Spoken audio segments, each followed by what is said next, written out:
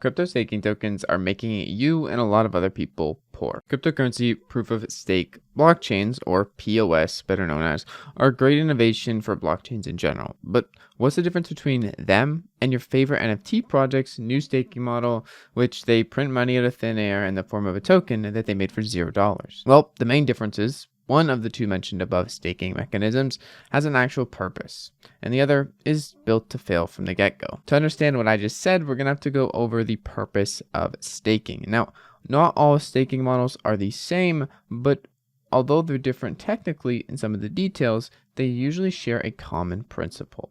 Staking at its core for a blockchain, it means that people can use their tokens to stake to nodes or elect people to participate in the network, and those nodes on the blockchain with stake will mint blocks. That is what a blockchain does, it mints blocks.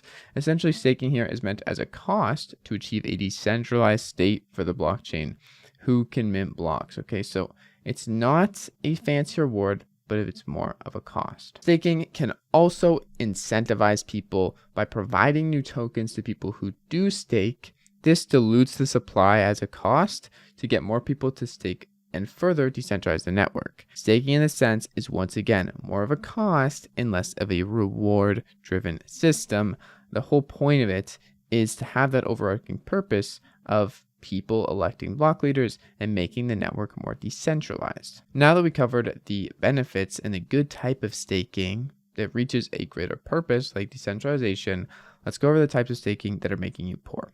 Probably don't want to hear this, but just about every NFT project offering staking mechanisms to reward you are making you poor. But it's not all black and white, so let's go over what I mean by this. As I mentioned earlier, staking is more of a cost than it is a reward. I'm going to say that time and time again because it is pretty important. So when we have a staking mechanism that is set up only as a reward and not to serve a greater purpose like reaching a decentralized state, this is where things start off on a downward trend, and in my opinion, it's usually better to start something off with the notion of positive change. Many NFT projects, for example, use a method of staking NFT assets or locking them up. Maybe it's showing proof of ownership in exchange for token reward. This is cool, you get a token, and maybe it's worth something, but some of the tokens can be used for other things. Some of them just have expectation of utility, and some of them can do absolutely nothing. Either way, they're all falling into the same basket of starting off on a downward trend in the sense that they're creating a false sense of dilution and supply and demand. If you're holding a token and that token is being rewarded to people staking, that's when you run into trouble if you aren't paying attention already to things like this and the tokens, missions, and all the different things that go into a token staking mechanism. Well, if you're not paying attention, here's a wake-up call because these things do matter. And if you're investing in something, you probably should be paying attention to these things. But people are constantly being rewarded tokens in staking, which dilutes the supply of the token.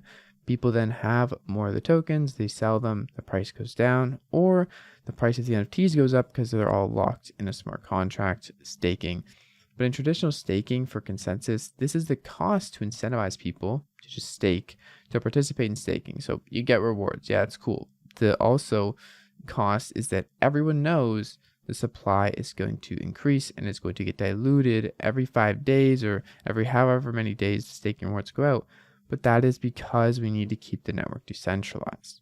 When it's for NFTs and useless tokens, or even useful tokens maybe, the only incentive is to create a false sense of market conditions. In most cases, the NFTs are locked or something like that. Then it strays away from being true staking and becomes more of a token dilution for the sake of itself and the preservation of the token just going up or being in more people's wallets. Staking outside of traditional means isn't all bad, but it can be used against investors to create false feelings of supply and demand. People not aware of this are left holding an empty money bag and often used as exit liquidity. Staking, in most cases, should probably be rephrased to not confuse users with other conditions being met for a blockchain staking mechanism versus an NFT staking mechanism.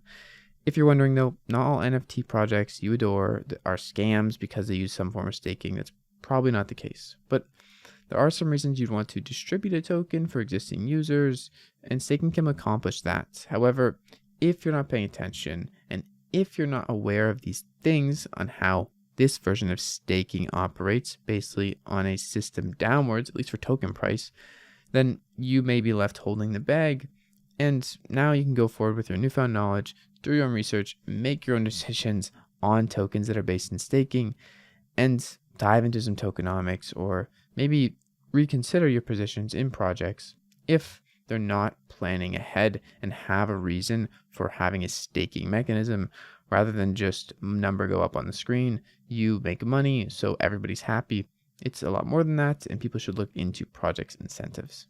If you're interested in more on this topic, I'm going to leave a tweet down in the description below. And also keep in mind that this was a newsletter before it was a video. And if you want to subscribe to my newsletter twice a week, you will get insightful things related to business, crypto, investing, and more mixed with philosophy.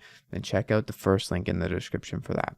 That's all for today's video. It's been your friend Jack. I'll see you guys in tomorrow's video, and peace.